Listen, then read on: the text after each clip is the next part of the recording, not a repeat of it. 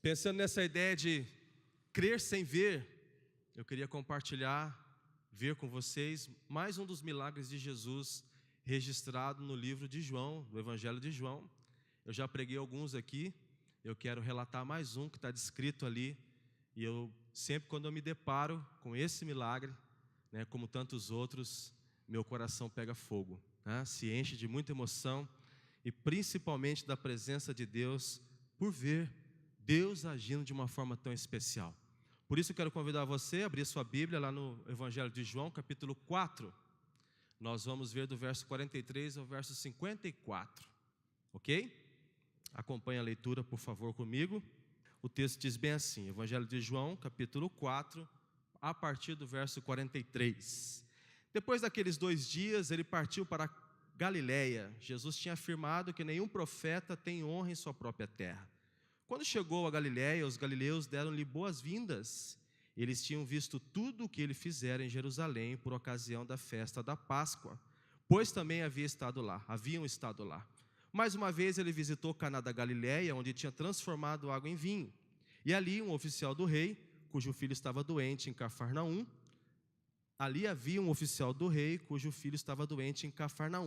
Quando ele ouviu falar de Jesus, que Jesus tinha chegado a Galiléia, veio da Judéia e procurou e suplicou-lhe que fosse curar seu filho que estava à beira da morte. Disse-lhe Jesus: se vocês não virem sinais e maravilhas, nunca crerão. O oficial do rei disse: Senhor, vem antes que meu filho morra.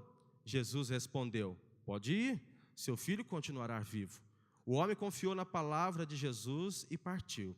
Estando ele a caminho, seus servos vieram ao seu encontro, com a notícia de que o menino estava vivo. Quando perguntou a que horas o seu filho tinha melhorado, eles lhe disseram: a febre o deixou ontem à 1h da tarde. Então o pai percebeu que aquela fora exatamente a hora em que Jesus lhe dissera: o seu filho continuará vivo. Assim creram ele e todos da sua casa. Esse foi o segundo sinal miraculoso que Jesus realizou depois que veio da Judéia para a Galiléia. Ok? Quando você olha para o Evangelho de João, esse é o segundo milagre. O primeiro milagre é quando Jesus estava naquele casamento, e ali então realiza o seu primeiro milagre do seu ministério. E ali então ele transforma a água em vinho. Você encontra isso bem lá no começo do relato, no capítulo 2. Você vê Jesus participando desse milagre. Eu gosto de usar o primeiro milagre em casamentos, porque para mim, quando Jesus está presente, milagres acontecem no casamento das pessoas. E assim, particularmente, irmãos, eu estou crendo e precisando desse milagre onde Jesus transforma a água em vinho. Porque a minha filha casa final de ano, e se você já casou uma filha ou participou de algum casamento, você sabe que precisa acontecer muitas multiplicações, muitos milagres, né? E eu já falei: Jesus, eu tenho alguns potes aqui que eu vou encher de água, crendo que o Senhor vai transformar e multiplicar os recursos necessários para um casamento feliz, um casamento lindo que minha filha merece, junto com o Daniel, que de vez em quando eu chamo de mal acabado, né? Carinhosamente, pode ter certeza, viu, irmãos? Bom, mas o segundo milagre que encontramos ali no capítulo 4, então é esse encontro, esse encontro lindo de Jesus com esse homem, com esse pai, e ali realiza um milagre tão especial. Vemos que Jesus realizou esse milagre, vindo de Jerusalém, vindo de Jerusalém. E lá em Jerusalém ele realizou alguns milagres, vários milagres ali. E aí então, depois que acontece isso, depois que ele termina ali a festa da Páscoa, então ele vai em direção a Caná da Galiléia e passa por Samaria. Passando por Samaria, que ele encontra aquela mulher à beira do poço, a mulher samaritana, e vocês conhecem muito bem essa história. E ali então ele passa 2 dias com os samaritanos. E é interessante, se você dá uma olhadinha lá no capítulo 2, essa história, o relato dessa história, você vai ver que os samaritanos acreditaram em Jesus sem ver sinal algum. Guarde isso aí. Eles não viram sinal algum, mas ainda assim eles creram em Jesus. Creram em Jesus. O pastor Carlos pregou alguns meses atrás uma mensagem linda sobre esse encontro de Jesus com a samaritana no poço. Você pode encontrar essa mensagem lá no nosso canal do YouTube. Você vai ver uma mensagem linda que ele pregou. Então, no verso 43, como nós lemos, ele parte então para a região da Galileia. Verso 44, ele afirma uma coisa assim bem interessante. Ele fala que profeta nenhum teve honra na sua própria terra. Os galileus, né, ali a região onde Jesus nasceu, onde ele cresceu, de fato, eles não acreditaram em Jesus como Filho de Deus. Apesar de verem muitos milagres que ele realizou no meio deles, eles não creram. Na verdade, quando eles viam Jesus realizando milagres, a pergunta que pairava, né, as discussões eram mais ou menos assim: ué, não é esse Jesus, o filho do carpinteiro? Não é esse Jesus, né, que vivia aqui entre nós, é o filho de José, daquela família humilde? Que poderes são esses? Quando eles viram Jesus realizando seus primeiros sinais, eles não acreditaram que Jesus era o Filho de Deus. Eles não até se impressionaram com os milagres, mas se perguntavam: de onde ele tirou isso tudo? De onde vieram esses poderes? Bom, quando Jesus toma a decisão de voltar para a Galileia, é porque ele precisava que exatamente ali o seu testemunho de Jesus, Filho de Deus, o Salvador, fosse recebido pelas pessoas que estavam ali. Lá em Caná da Galileia, para onde ele foi, onde ele realizou o primeiro milagre, provavelmente haviam parentes dele ali. Existem alguns relatos de que aquele casamento era de pessoas que eram parentes de Jesus. É por isso que ele estava presente, ele era um dos convidados, um dos parentes que estavam convidados àquele casamento. Então ele volta para esse lugar. Verso 45, então quando ele chega à Galileia, o que acontece? Os galileus recebem ele de uma forma diferente. Verso 45 diz isso, que eles receberam Jesus de uma forma diferente, dando-lhe boas-vindas. Por quê?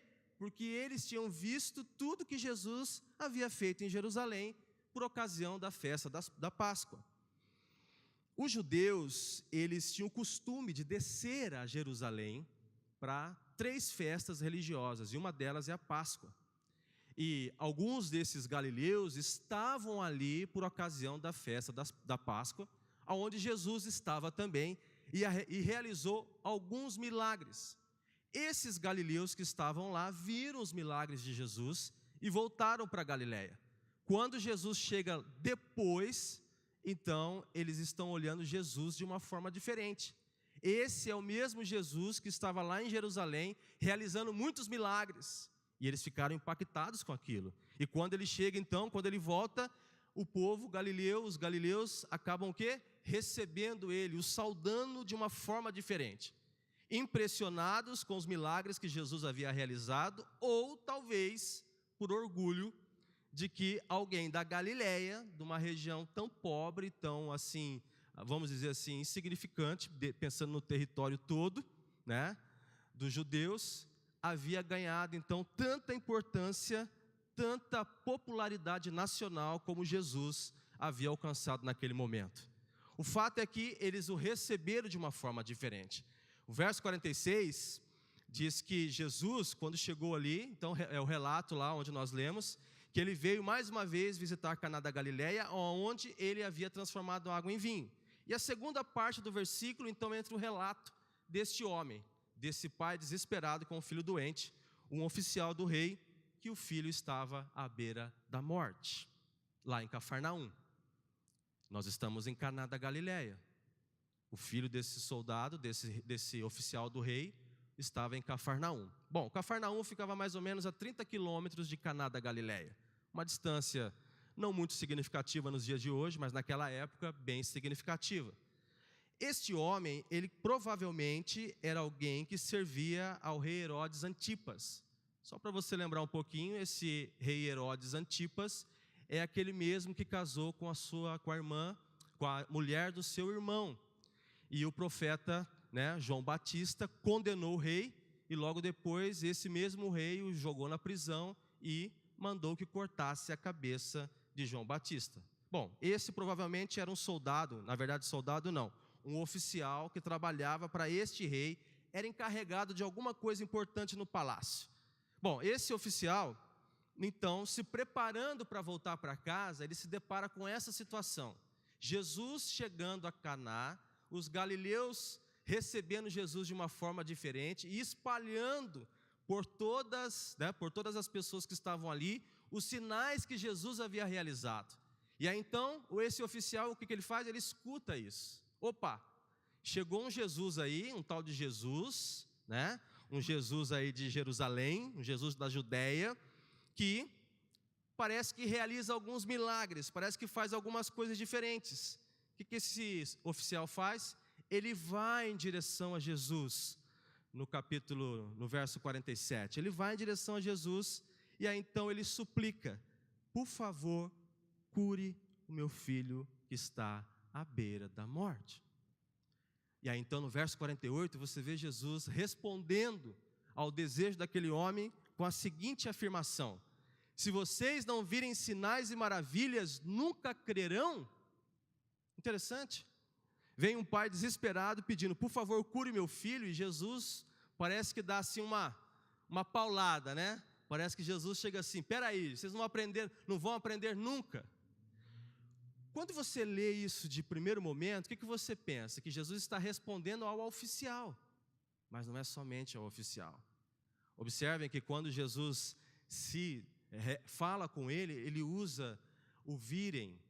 Se vocês não virem, virem está no plural, não é verdade? Se eu estou correto, é o plural, referindo-se ao pronome vós, a vocês.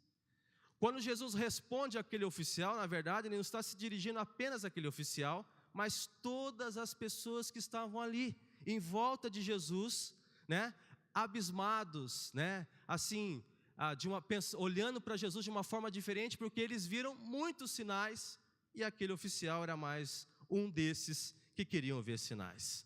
Jesus estava falando com todas as pessoas que estavam ali. Aquele homem era como um deles. Se Jesus não fizesse algum milagre ali diante dos seus olhos, ele não acreditaria que o seu filho pudesse ser curado. Foi por isso então que ele pede: Jesus, vamos comigo até a minha casa e cure meu filho. O fato daquele homem, daquelas pessoas acreditarem nos sinais, nos milagres de Jesus, não significava que eles estavam acreditando em Jesus como Messias, como Filho de Deus, como Salvador do mundo. E é isso que acontece com muita gente nos dias de hoje. Tem uma fé assim, que acredita em muitas coisas, mas menos naquilo que de fato é a coisa mais importante, que é em Jesus como Salvador, como Messias, como enviado de Deus. As pessoas, na maioria, são muito crédulas. É interessante isso. Nós, latino-americanos, nós somos um povo, assim, por essência religioso. Só que nós temos um problema. A nossa essência religiosa de acreditar acaba fazendo uma confusão na nossa forma de acreditar e se relacionar com Deus. Nós começamos a ter uma fé muito mística, uma fé que mistura Jesus com amuletos, com tantas outras coisas. A gente vai misturando isso na nossa fé e fazemos uma bagunça. Desculpa, assim, um jargão muito chulo que muitas vezes nós usamos, mas muitas vezes nós acendemos uma vela para Deus e uma vela para o diabo, porque nós queremos misturar na nossa necessidade de ver coisas acontecendo ao nosso meio, ou por nós, ou por alguém que nós amamos. Misturamos a nossa fé e queremos colocar Jesus apenas como parte e não como essência. Queremos ver os milagres, mas Jesus como parte, não como essência. E fazemos uma mistureba danada. Você sabe disso. Eu não me admiro muito e muitas vezes encontro isso. Crentes que acreditam em signo, crentes que andam com amuleto, crentes, cristãos que professam o nome de Jesus como Salvador, mas ainda assim acreditam em outras coisas e fazem esse balaio de gato com a fé e misturam tudo. Bom, verso 49, você vê Jesus então respondendo àquele oficial dizendo assim: pode ir? Não, perdão, desculpa, é no verso 50. Ele fala assim: pode ir. O pai fala assim: Jesus, faz alguma coisa antes que o meu filho morra. E aí então Jesus, ele fala bem assim: pode ir. O seu filho vai continuar vivo. E aquele homem então acredita na palavra de Jesus. Entenda o seguinte: isso aqui não foi apenas uma profecia de que o menino seria curado. Isso aqui foi uma palavra de poder de Jesus, aonde afirmou: o seu filho está curado, vai continuar vivo, pode voltar para casa. Não era uma profecia, foi uma palavra de cura. Não era uma profecia, era uma palavra de poder. Não era uma profecia, era uma palavra de autoridade. A autoridade que só Jesus tinha e tem e poderia exercer naquele momento. Naquela hora, a 30 quilômetros de distância, lá em Cafarnaum, o filho daquele homem é curado. Essa é a fé verdadeira. Não uma fé que se apoia em sinais miraculosos, mas uma fé que se apoia na palavra de Deus, na palavra de Jesus e obedece, mesmo sem ver o sinal acontecendo. Bom, no verso 51, como nós lemos, ele estando ainda a caminho, o que acontece? Vêm os seus empregados e trazem a notícia: olha, o menino está vivo, ele melhorou. E aí no verso 52, então você vê o próprio oficial perguntando: a que horas meu filho melhorou? Então os servos relatam que foi exatamente a 1h que a febre o deixou. E aí então, ali no verso 52, no verso 53, então ele lembra-se que foi exatamente a mesma hora em que Jesus lhe dissera: seu filho continua vivo. Quando ele partiu confiando na palavra de Jesus, sem ver a cura do seu filho, ele apenas acreditava num milagre. Mas quando ele chega à sua casa, ainda, na verdade, no meio da sua viagem, chegando à sua casa, aquela fé que acreditava apenas em sinais, se torna uma fé madura e passa a acreditar e experimentar uma fé que é a salvação. Uma salvação que salvou não somente a ele e o seu filho, mas toda a sua casa. Ele já tinha fé, mas a partir daquele momento, ele passou a crer. No Evangelho de João é isso, e esse é um relato que nos mostra exatamente isso, que a fé não é algo estático, parado, mas a fé é algo que se desenvolve na vida de cada um de nós. É claro, irmãos, e nós vamos ver isso daqui a pouco, a nossa fé muitas vezes inicia-se olhando o milagre de Jesus na vida de alguém, na nossa própria vida. É claro que sim. Nós vamos ver que os milagres têm esse propósito, mas a fé madura é uma fé que crê sem ver. Muitas vezes a nossa fé, ela começa vendo para crer, mas ao desenvolver e ao amadurecer, ela precisa se tornar uma fé que crê sem ver. Uma fé que se fortalece, uma fé que se aperfeiçoa cada dia, uma fé que amadurece ao longo da nossa história e da nossa caminhada com Jesus. Bom, no verso 54, então tem o final do relato, dizendo que esse foi o segundo sinal miraculoso que Jesus realizou quando veio da Judeia para a Galileia. Ok? Bom, quero ver junto com você 2 objetivos desse milagre. Nada novo. Não vou tirar aqui um coelho da cartola, nem uma cartola do coelho, pode ficar tranquilo. Mas são 2 objetivos que eu e você precisamos carregar no coração e vivê-lo a cada dia. O primeiro deles é o seguinte: o primeiro objetivo desse milagre é transmitir a divindade de Cristo. Transmitir a divindade de Cristo. O objetivo deste milagre é mostrar que Jesus é o Filho de Deus, que é Ele o enviado pelo Pai para salvar o mundo, que é Ele o esperado de Israel, que é Ele que iria pregar e estava pregando a boa nova do Evangelho, que era a salvação a todo aquele que nele cresce.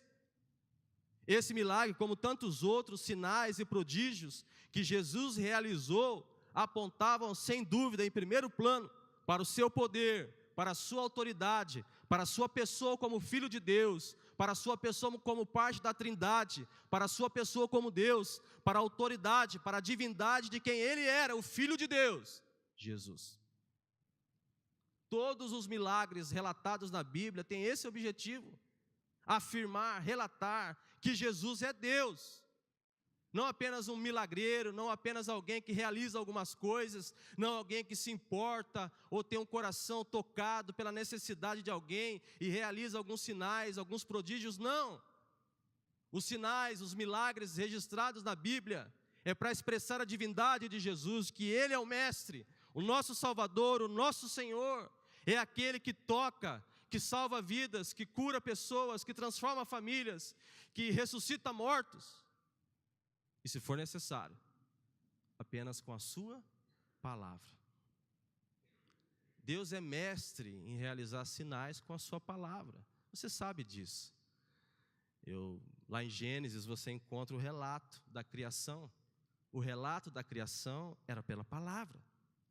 E Deus dizia, haja, e haja luz, e haja tantas coisas. E assim foi a criação, o poder da palavra, a autoridade da palavra. Jesus não precisava descer a Cafarnaum, como era o desejo daquele homem. Jesus apenas precisava dizer, pode ir, o seu filho vai continuar vivo. Pode acreditar nisso, sou eu que estou dizendo. Naquela época existiam muitos curandeiros, né?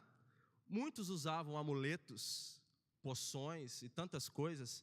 É bem possível que aquele oficial do rei, que tinha posses, finanças, ele já havia procurado vários recursos para que seu filho fosse curado. É bem possível que ele já havia levado seu filho a muitos curandeiros, ou levado muitos curandeiros até o seu filho. É bem possível isso. É bem possível que ele já tinha tentado de tudo e mais um pouco para que seu filho fosse curado. O desespero já fazia parte, porque o seu filho estava à beira da morte.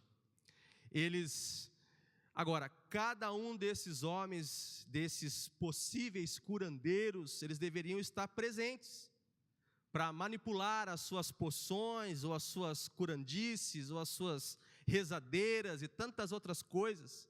Aliás, há uns 2 domingos atrás, o pastor Carlos pregou uma mensagem sobre isso, falando que muitas vezes nós somos assim, nós recorremos a tantas coisinhas, quando na verdade o próprio Deus é suficiente para qualquer coisa na nossa vida. Mas enfim, muitos, recorrem a isso, e esse era de fato o momento. Mas Jesus está dizendo, eu não sou como eles, eu não preciso proferir nenhuma palavra mágica, eu não preciso estar lá para impor as mãos, eu não preciso caminhar 30 quilômetros para realizar um milagre na vida do seu filho. Não, pode ir, seu filho vai continuar vivo. Isso aponta para Jesus como sendo Deus, porque pela sua palavra Ele comanda todas as coisas, inclusive um milagre a 30 quilômetros de distância. É interessante isso, né, irmãos? Eu sei que na nossa limitação humana, quando nós estamos passando alguma dificuldade, quando nós estamos doentes, quando nós estamos, vamos assim, fazer uma cirurgia, enfim, nós na nossa limitação humana, o que nós queremos? Que alguém venha orar por nós, não é assim? Nós queremos que um pastor vá lá e ore por nós, não é?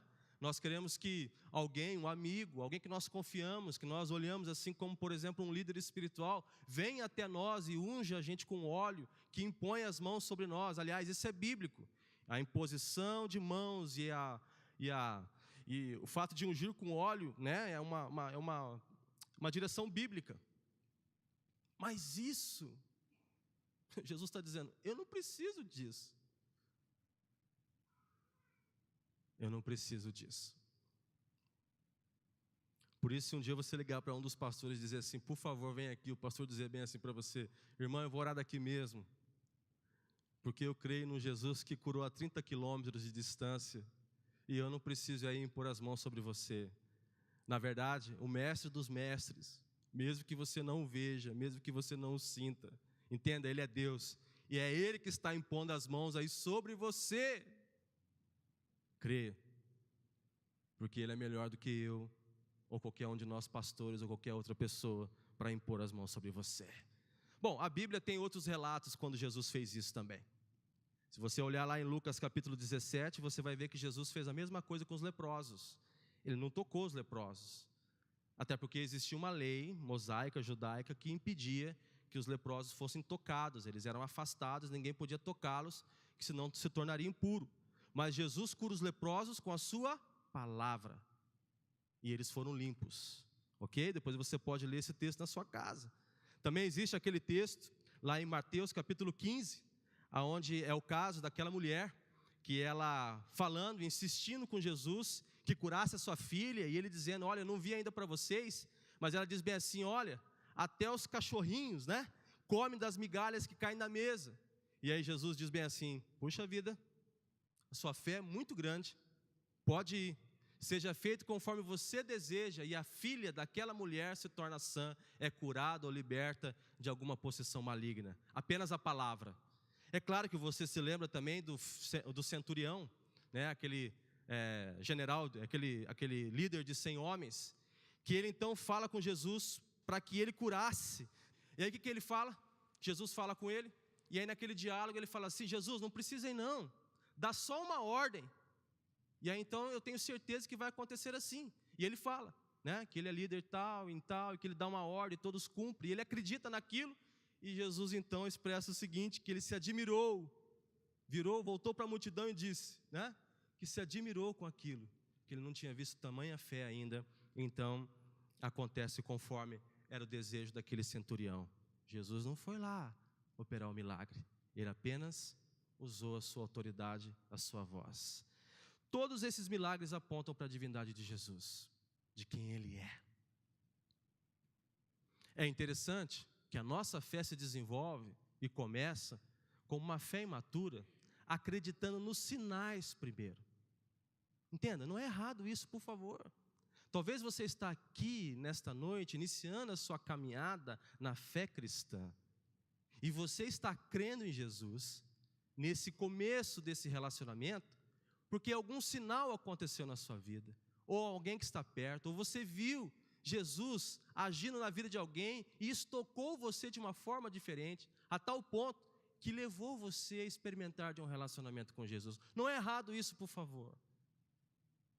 Nós não podemos desmerecer os milagres, né, e dizer que eles não servem como esse propósito. Não! Mas o propósito principal é demonstrar a divindade de Cristo, que Ele é Deus, que Ele é o Salvador, que Ele, mais do que os sinais de cura, de transformação, Ele está pronto e pagou um alto preço para realizar o maior dos sinais, que era a salvação da humanidade, a sua salvação. Nós devemos acreditar em Jesus não porque Ele opera sinais, mas sim porque Ele é Deus. Um Deus que cura a 30 quilômetros de distância, um Deus que não precisa estar em todos os lugares para realizar milagres na sua vida, um Deus que está mais interessado em salvar você, a sua casa e a sua família, mais do que realizar milagres de cura de algum tipo de enfermidade. E muitas vezes, a gente fica anos e anos andando com Jesus nessa perspectiva de um relacionamento com esse Jesus milagreiro e não com Jesus, o Deus Todo-Poderoso, o Filho de Deus, o nosso Salvador. Bom, o segundo objetivo que eu vejo nesse milagre é de transmitir a natureza da fé. Como eu já disse e insisto, não vamos jogar fora isso. É claro que existe um propósito nos milagres de Jesus em alcançar as pessoas, em despertar uma fé genuína nas pessoas. Nós começamos assim, a gente viu milagres, sinais acontecendo e aquilo despertou a gente. Esse é um dos temas de cada um dos milagres, uma ênfase numa fé verdadeira, numa fé de um relacionamento, de uma fé que se inicia ainda ingênua, pequenininha, imatura, mas inicia-se assim, de ver milagres, curas acontecendo, sinais, prodígios. Começa assim, né? Experimentando essas coisas, e Deus é gracioso, é misericordioso, porque nós não merecemos isso, mas ainda assim Ele o faz, como foi o caso desse pai, como foi o caso de tantos relatos milagrosos, de sinais que aconteceram, sinais que tocam o nosso coração de uma forma diferente, que a gente resolve então entrar numa caminhada, num relacionamento com Jesus verdadeiramente, num relacionamento de entrega, onde muitas vezes nós não sabemos de todas as coisas, mas nós nos rendemos ainda a si mesmo, dizendo: Senhor, eu vou andar contigo, eu nem sei como fazer, mas eu vou andar contigo, para onde eu vou, como é que eu faço? Começa assim, para despertar, para nos chamar a atenção, mas tem que desenvolver. E aqui é o grande contraste, porque nós ficamos nesta caminhada com Jesus, e aí nós somos confrontados. Nós vamos continuar vendo para crer, ou nós vamos passar a crer sem ver nada? Infelizmente, muitas pessoas ficam no primeiro estágio. E ficam anos e anos e anos andando com Jesus, presos num primeiro estágio, de uma fé imatura, de uma fé que precisa continuar vendo para crer. Muitas vezes nós somos como Tomé, a história de Tomé ilustra muito bem isso. Tomé foi alguém que andou com Jesus, um dos discípulos, andou 3 anos com Jesus, viu cada um desses sinais e outros, mas ainda assim, Tomé, no momento crucial, ele ainda precisava ver para crer. É interessante isso. Jesus então ele é preso, crucificado, ele morre, ao terceiro dia ele ressuscita, então ele tem um encontro com alguns discípulos. Tomé não estava no meio deles, veja lá o relato de João capítulo 20. Então, depois que eles se encontram com esses discípulos começam a espalhar para os outros: olha, nós vimos Jesus, nós vimos o Mestre, nós vimos as marcas dos pregos na sua mão, nós vimos. E aí então, Tomé, numa atitude incrédula, diz bem assim, como está ali no verso 25: vimos o Senhor, mas ele lhes disse: se eu não vir as marcas dos pregos nas suas mãos, se eu não colocar o dedo onde estavam os pregos, não puser a mão no seu lado, não crerei. E aí então, um pouquinho mais à frente, Jesus tem um encontro com Tomé e fala bem assim: ô Tomé, seu cabeção, seu cabeça dura, você não aprendeu ainda, mano? Vem cá, Tomé, põe a mão aqui, Tomé, lá no verso 27 e 28. Vem, Tomé, vem, põe a mão aqui. Está contente, Tomé? Agora, você viu que aqui entrou o prego? Sou eu, Tomé. Olha aqui, sou eu. Agora, Tomé, põe a mão aqui do lado. Está vendo, Tomé? Aqui onde entrou a espada? Está vendo aqui? Está contente? Está satisfeito, Tomé? Aí ele vira para Tomé e fala assim: pare de duvidar. Pare de precisar de sinais. E aí Tomé, desesperadamente, ele exprime essas palavras que estão aí: Senhor meu e Deus meu. Isso aqui não é uma palavra de adoração, isso aqui é uma palavra de desespero. Por que eu não criei antes? Por que eu precisei tocar nas suas chagas? Por quê? Muitas vezes nós somos assim. Esse rapaz chama-se Diego Chimim. Olhe por ele, por favor. O Diego ele chegou aqui na nossa igreja há uns 3 meses atrás. Não, mais. Chegou mais ou menos em março, num culto do amigo. Ele chegou a essa igreja aqui através do Alain e da Gleice, um casal aqui da igreja. E esse menino é um viciado em crack.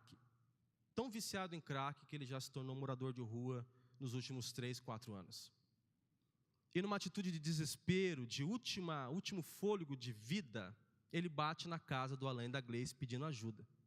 Então eles dão um prato de comida, e era um domingo, e como era culto do amigo, o Alain e a Gleice dizem bem assim: olha, volta aí à noite que eu vou te levar numa igreja, quem sabe vai ser bom para você.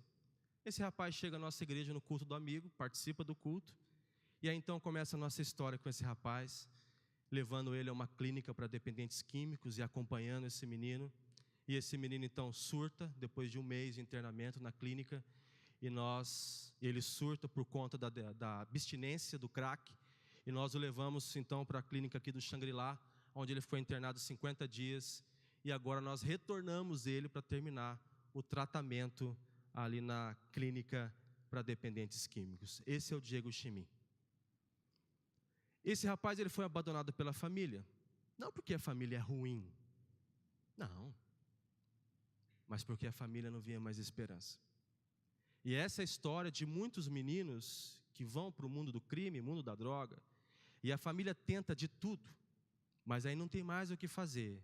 E aí numa tentativa de aliviar uma dor de incapacidade de fazer algo, preferem excluir a existência daquela pessoa da história da família.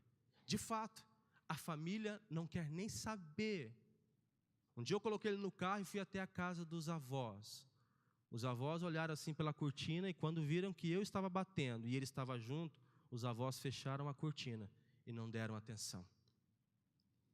Mas eu consegui contato, porque um dos nossos alvos não é só Jesus como salvador dele, mas a transformação desse rapaz, mas é aproximar a família novamente. E eu consegui contato com o tio dele chama-se Luiz. Talvez é a única pessoa que nesse momento pode ajudar e ser um referencial positivo da família para o Diego. E eu mantive um contato, tive um primeiro encontro com o Luiz. E esse encontro, então, foi bem assim, impactante para mim. Porque o tio dele disse bem assim: eu não quero saber, eu não me importo, eu não dou a mínima, eu não acredito que pode acontecer algo de bom, porque nós cansamos. Na verdade, ele falou assim, Luciano, ou pastor, nem sei como ele chama, na verdade, se ele morresse, para nós seria um favor. Por favor, não julgue a atitude desse tio. Porque se você tem alguém que é viciado em drogas na sua família ou em álcool, você sabe exatamente o que uma família passa. Não julgue a família, por favor. Esse foi o primeiro contato que eu tive com ele. Mas depois de um pouco de confiança que ele, no nosso relacionamento, ele teve comigo, ele disse bem assim: mas eu vim aqui porque algo chamou minha atenção. Ninguém da família quer saber, mas você que não é família, você que não é sangue, você que não conhece ele, ainda vê esperança na salvação, na transformação, quando nenhum de nós vê? Eu falei, sim. E ele perguntou, por quê? Eu falei, porque eu acredito num Deus. Eu ando com Jesus, que opera milagres, que faz coisas aonde a impossibilidade do homem imperou, aonde muitas vezes as pessoas já colocaram um ponto final. Eu ando com Jesus, que vai neste lugar do ponto final e coloca uma vírgula, e estende uma página em branco dizendo bem assim: eu estou pronto para fazer nova todas as coisas. Ele ouviu aquilo lá e começou a chorar, e ele é bem durão, ele enxugou as lágrimas, e falou assim, mas eu não acredito, mas se você precisar da minha ajuda, me ligue, quem sabe, se esse Deus que você anda aí falar comigo, eu posso te ajudar. E assim foi o primeiro contato. A nossa fé precisa ser uma fé que cresce, que amadurece, uma fé que sai do estágio apenas do sinal e passa a ser uma fé que deixa da necessidade dos sinais para crer e passa a crer sem ver. A resposta para Tomé, terminando o diálogo ali no verso 29, foi bem assim: felizes os que não viram e creram. As pessoas estão desesperadas por sinais, mas as pessoas não querem olhar para a divindade de Cristo. As pessoas querem sinais, mas elas não querem um relacionamento verdadeiro com Jesus, e muitas vezes ficam pautadas e buscando sinais, batendo de porta em porta, buscando algo que não vai mudar a sua história, quando na verdade nós deveríamos viver um relacionamento profundo com Jesus, que esse é o sinal maior, que é a transformação de uma vida. A experiência de Jesus com os samaritanos deve falar muito ao nosso coração. Lá Jesus não fez sinal nenhum, mas lá eles creram. Por que eu e você muitas vezes precisamos de sinais?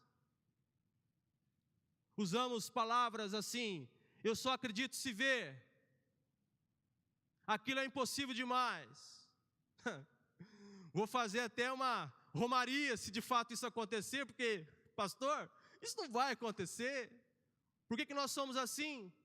Por que nós nos aproximamos de Cristo quando as coisas apertam e queremos apenas os sinais, quando na verdade Cristo está disposto a fazer muito mais na nossa vida do que alguns sinais miraculosos? A fé daquele pai amadureceu.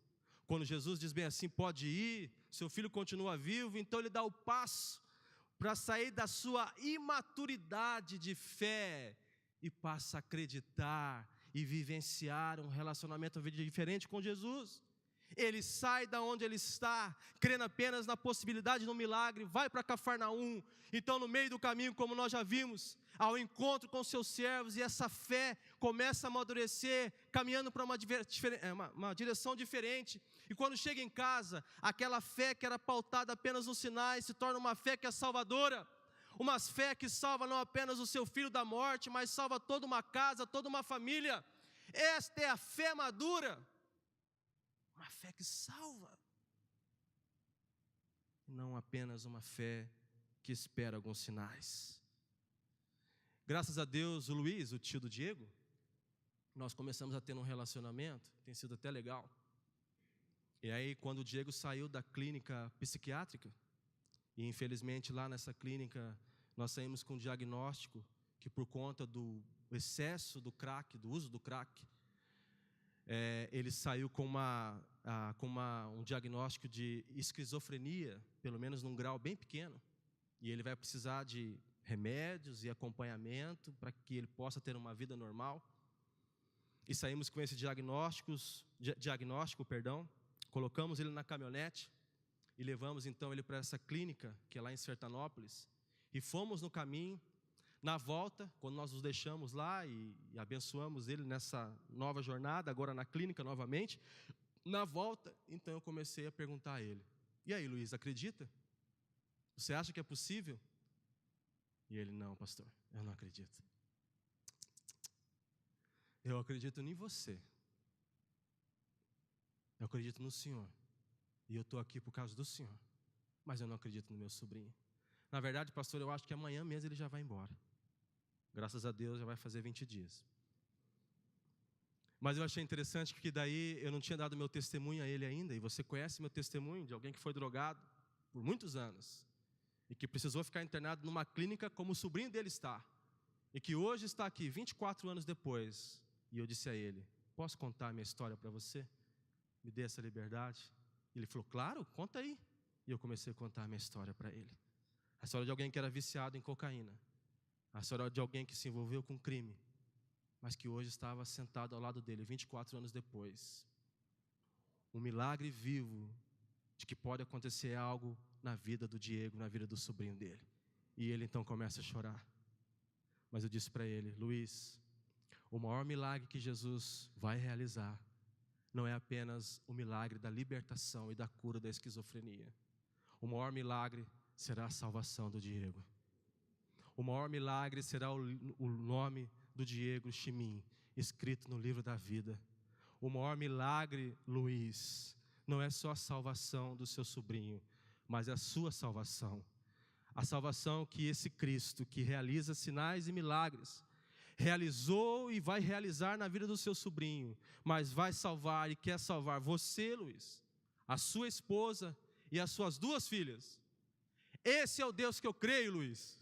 O Deus que faz mais do que libertar um viciado em crack. É um Deus que salva quem não tem direito nenhum a ser salvo, quem não tem esperança nenhuma de salvação, mas um Deus que salva, que não mediu esforço nenhum para realizar o maior dos milagres. Para terminar, por favor, João capítulo 20, a sequência ali do diálogo com Tomé.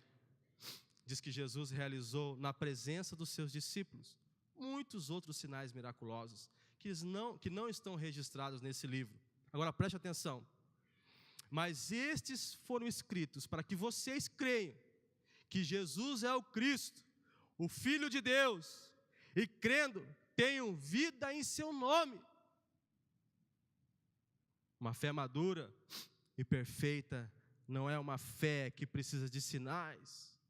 Uma fé madura e perfeita é uma fé que continua crendo no Jesus Salvador, mesmo não havendo a mínima possibilidade nenhuma de milagre que aconteça ou possa acontecer. Não está pautada em algum sinal que ele possa fazer, mas no maior sinal que já foi feito, quando voluntariamente ele foi à cruz e morreu no nosso lugar. Esse é o maior sinal miraculoso, quando ele escolhe a tua morte, porque a morte era sua.